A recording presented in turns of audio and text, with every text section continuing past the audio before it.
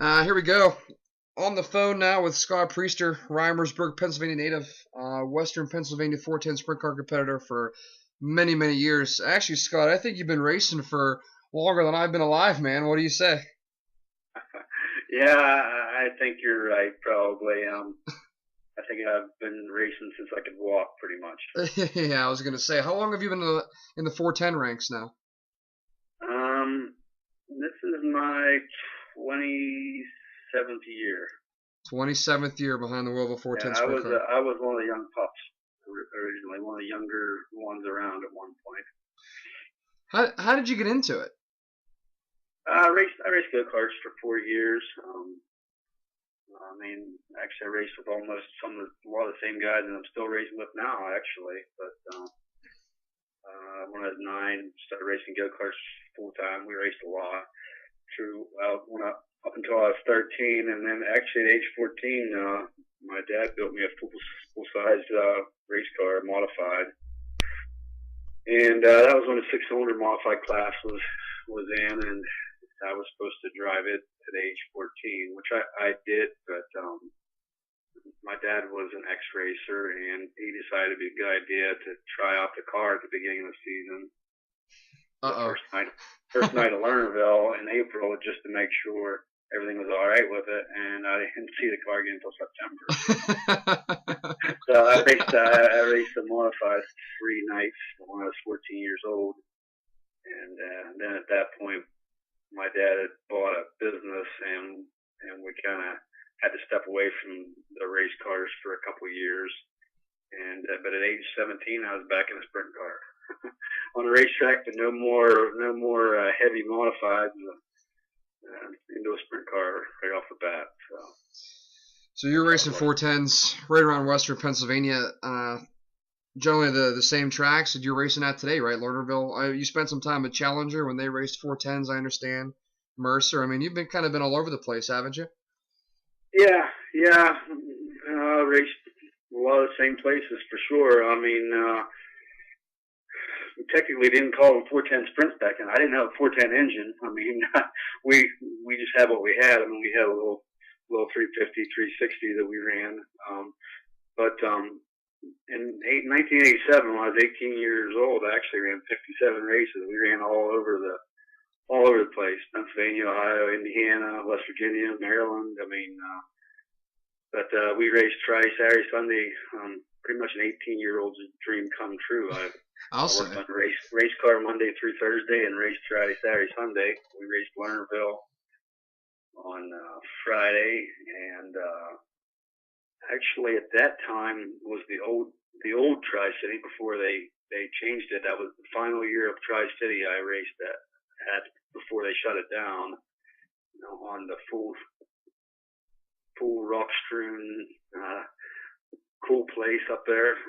But that was a Saturday night deal at the time, if I'm right. And then we ran Sundays at Knox, which was like one of the first years. It might have been the first year ever for Knox to run sprint cars. But. So that was just you and your dad just you and your dad working on the car throughout the week and then racing on the weekends, huh? Yeah, pretty much. I mean, we had a auto repair business, and so I was supposed to be working on cars and all that kind of stuff, but I was mainly working on race cars.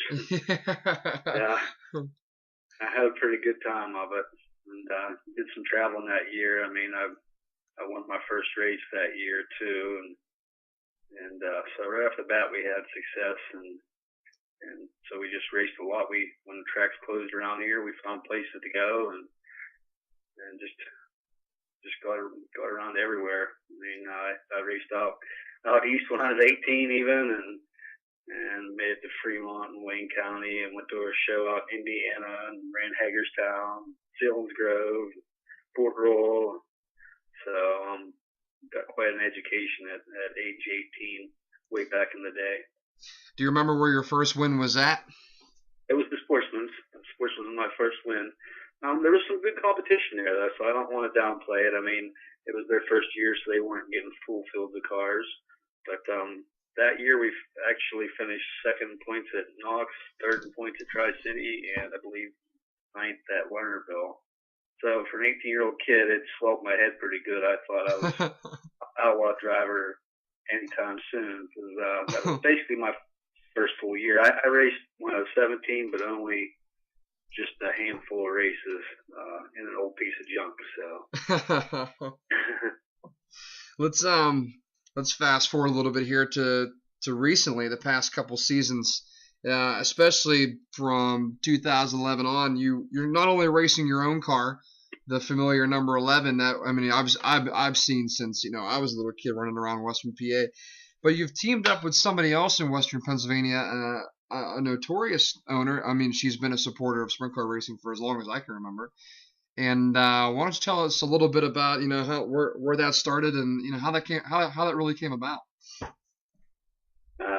Martha Dionise, she had Charlie Hoban was her last driver previous to me, and a lot of people in the sprint car community probably realized that Charlie was injured and burnt really, really badly at Lernerville a couple years ago, and I think she considered just throwing the towel in then, but at the end of that season, she had equipment, and she gave me a call. I actually ran her car one time at the end of that season, and then in December, I guess that would have been December of 2010, she gave me a call and said, "Hey, I'd like you to drive my car full time." She said, "Why don't you call Jack Elam at J&J and order yourself a new car, whatever you want?" And that's pretty much all I needed to hear. She said you pick out what you want, and we'll do this. And it's worked out well. My own operation, lack of finances, lack of sponsorship, whatnot. I was basically down to a one night a week deal for quite a few years, really. We would run. Occasionally, we try to do 2 nights a week, but just financially, and it was pretty tough, and logistically too. So with the jump to Martha's car, that it worked out pretty well. She wasn't really interested in doing 2 nights, so I couldn't really just give up my own deal. So we made it work, racing my car on Friday nights as much as possible at Lernerville, and hers at Mercer. That was her preferred track at that time. So it's working. And I think it probably helps me in both cars because just the seat time alone. Our level of sprint car racing in here around home isn't near the level of the Outlaws or Central PA or whatnot, but the more time you're in the seat, I really do think the sharper you get. So even though it's 2 different cars, maybe different combinations of whatnot, I think it helps me in her car by running my own car on Friday nights, and there again, I think it helps me in my own car, just getting seat time in hers too. So it's kind of a win-win. You guys have definitely had some positive chemistry together. Last season, 2012, you guys ended the year second in points at Mercer Raceway Park, and then this year, right off the bat, only with maybe 2 or 3 starts at Mercer, you guys get your first win of the season, and also the first win together. So definitely a highlight so far, huh? And I'm sure Martha was pretty happy about that. What do you think? Yeah, she is. And if I rewind back to the first night at Mercer, we thought we had our first win then. We led until the last lap, and we kind of got stuck behind a lap car, and Brandon Spithauler snuck by. So, and then we had one off night. We finished 8th from 12th. But to be honest with you, the car's been really, really nice. All 3 nights I've driven at Mercer, and very easily could have 2 wins, not just one already out of the 3 races we've ran. But real comfortable in it. Not so comfortable in my own deal so far, but that's going to change soon, I'm sure. And a couple years ago, I would have said the opposite. I wasn't comfortable in the 15, and I just felt like I was at home in the 11. So it's just a factor of getting things dialed in. I've always been the type of driver that has to be comfortable to really, really do well. I mean, I know some guys can just, guys like Steve Kinser or whatever, they could drive it if there was only 3 wheels on it. But, I mean, me, I gotta, if I get really comfortable, we can be really, really fast. But, if I'm not comfortable, we're usually a middle of the pack car, and that's not enjoyable. So, so I just try to keep working at it until we find a happy medium to go with on the setup and whatnot. So. Well, you must be comfortable quite a bit, because I mean there was a stretch last year where you guys weren't finishing outside the top 5. I believe the last 3 or 4 weeks of the Mercer Raceway Park season, you guys were finished in third. I think it was 4th place, maybe 4 weeks in a row, and not to mention your season was kind of cut short because of the weather, and you guys didn't get to finish maybe the last 1 or 2 point nights. So do you think you might have had a shot at that track title last season if you weren't cut short with the weather? Absolutely, we do. Yes. Actually, even if we would have had a possibility, maybe even the final night wouldn't have been washed out, because it was actually a double points night. I mean, no offense to Eric Williams, because he definitely deserved it. He ran really good all year long, but from the midpoint of the season on, we were definitely I don't want to say a team to beat, but we were definitely the most consistent team. I mean, we were running 2nd, 3rd, 4th every week pretty much, and challenging for wins. We didn't get one. We should have probably had a win or 2 last year, really. But I really do. I think we would have at least made them earn it a little bit more, but as it turned out, I mean, with a couple of special shows and then rainouts, our final points race was actually, I believe, July 21st last year. Yeah, it was really odd, but it was really early, right? Yeah, there was a couple of special shows after that, but they were not points nights. And actually, if those would have been points night, I believe we would have won the championship, because we finished ahead of them both of those shows, but. I don't want to look back. I mean, we were happy with the runner-up finish. So we would have loved to have a shot to go after the championship. And I kind of feel the same way this year. I hate to get stuck into the rut of points racing. I mean, every once in a while we talk about trying to go somewhere else, but for a special show or something. But that's usually what happens. I mean, you get going good, and now, I mean, we are the point leader now at Mercer. Right. So, I mean, I don't want to say you're stuck into the rut having to go there every week, but it'd be pretty cool to win it. So, I mean, we're probably going to stick with it and see if we can snag that. That's definitely a very respectable resume so far behind the wheel of the 15. I mean, finishing second in the points in 2012. Without earning a win. I mean, that says a lot about consistency. And then coming back in 2013, earning 2 podium finishes in 3 weeks, including a win. I mean, that sounds like you guys should probably be concentrating on the points of Mercer. I mean, I know it's tough to kind of establish and develop that mind frame. Oh, we're gonna run for points. But at this point in time, this early in the year, and you guys are this consistent and this fast, I mean. You think it's going to be tough to not want to focus on that, Yeah, I mean, we had talked about it before, and I mean, we're probably going for it. That's a place that she likes to go, and I mean, it's close for everybody. There's a lot less travel involved.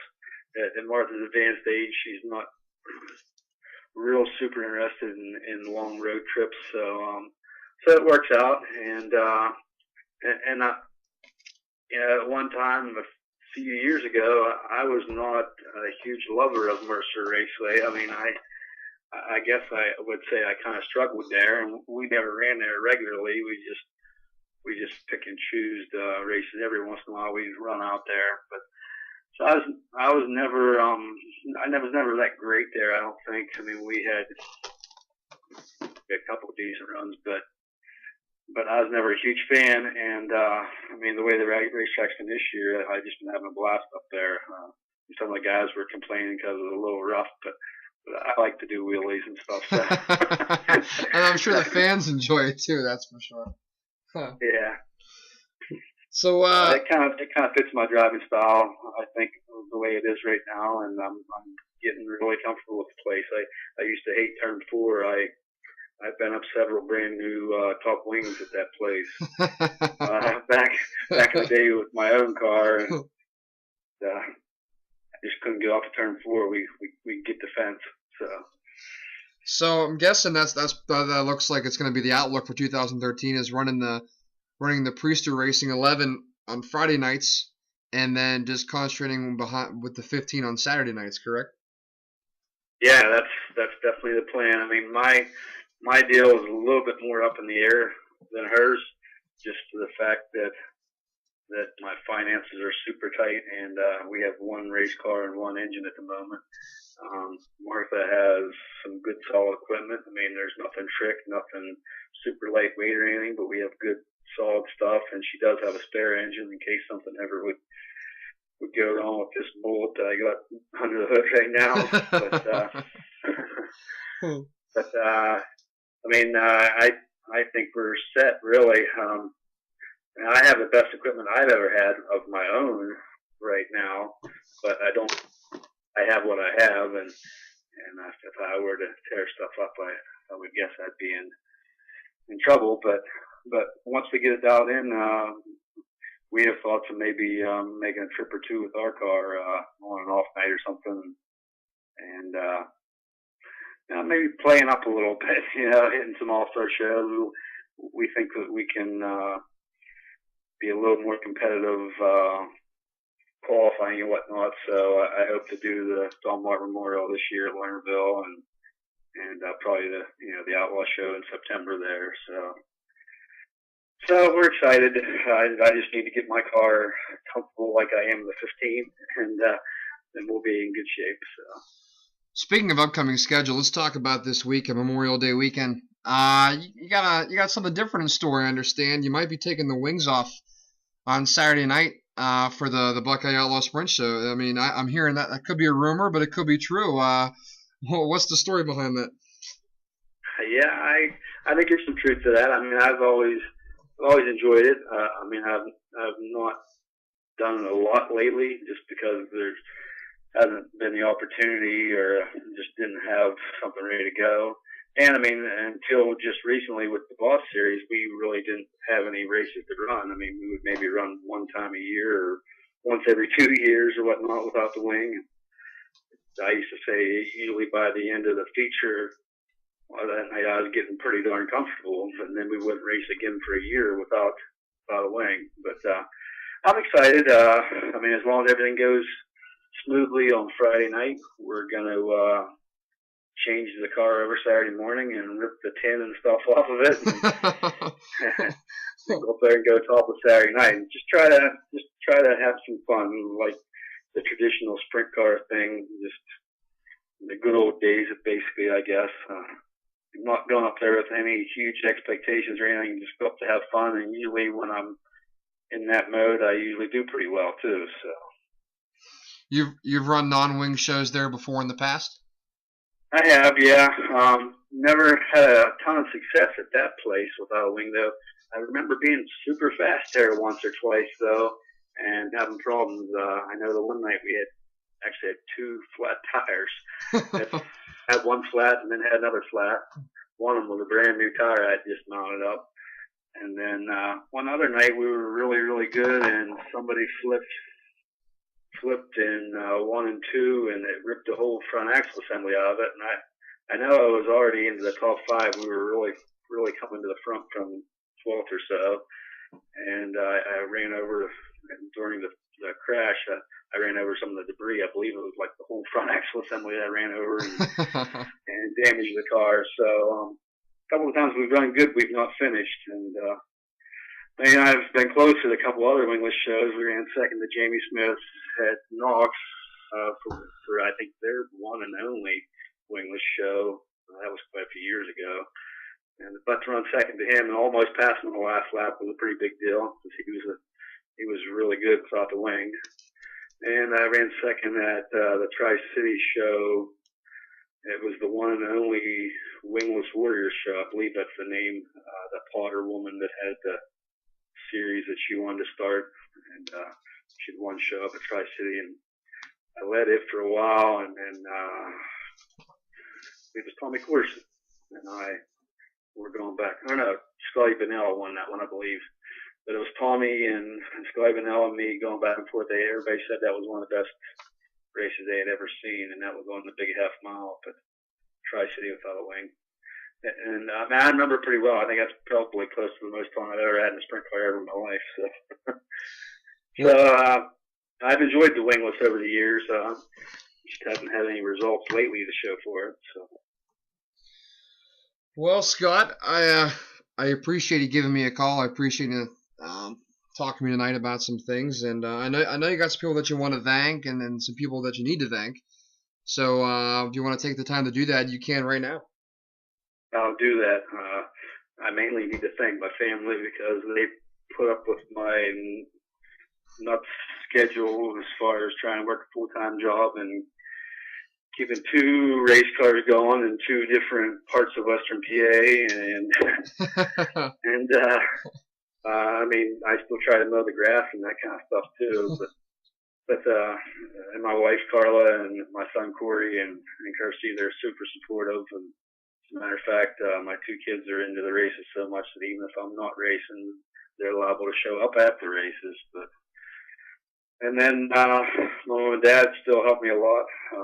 Actually, if it wasn't for my dad, I'd probably be in a little bit of trouble with my own operation, because that's one of the reasons why I was talking that I have the best equipment I ever had this year. He helped me update my engine for this year, and he is my engine builder too. So he's got some cash in my new fresh engine and whatnot, and he hauls the race car to the racetrack for me every week. So a lot of help there. I have a coworker that helps out every Friday night at Lernerville, and then Martha kind of has her own crew, and we add our family to the crew every Saturday, so we have like a super crew on Saturday nights. But Carl Henning, he's Martha's right-hand man, and kind of helps her with everything. And then Steve Johns is there every Saturday night, and he's Martha's engine builder, so he builds her engines, tunes the engines. And he's also become, over the last 3 years I've been driving for, one of my main pit crew guys, and has been learning sprint car setups. So it's I've got a lot of people to thank. It's there's a lot of help out there. As far as sponsors, I mean, we really don't have sponsors. I guess I should beat the pavement a little bit and try to get some more sponsors, and we get a little help from Advanced Auto. Gives us some stuff for both cars, and I have my daughter's business on my car, captured by Kirsty, her photography business. But I actually haven't got a check from her yet, so. Yeah, I'll have to remind her about that this weekend if I see her. Yeah. But I mean, we got some stickers on it. Just there's help, here and there, and just not a lot of help. But we pretty much do it on our own. And definitely thank you, Fully Injected, for giving us some press and getting our name out there. And Rick tries to help a little bit at Race Stud. Act like he tried to give me a huge Race Stud sticker to put on this year, but it was too old. I had to rip it back off. I'll have to make him a big one. So I'll talk to him about that. I had it on the inside of the wing, and I tried to pull the backing off, and it was ripping the whole sticker off with them. So I asked him, I said, "Is that thing old or something?" Yeah, it's probably about a year old or so. So no Race Stud. Last year was calling our car the Race Stud. The house car, right? House car, yeah. Yeah, Race Stud house car. Yeah, we had one of his big decals on last year, and then I tore it up at Lernerville All-Star Show at the end of the year there, and it didn't make it through. So. All right, Scott, I appreciate it, and have a great weekend. we'll be talking to you soon, man. Yeah, hopefully we're talking about victories. Or at least one, anyway. Sounds good to me. All right, Scott. All right, take care, man. I'll talk to you.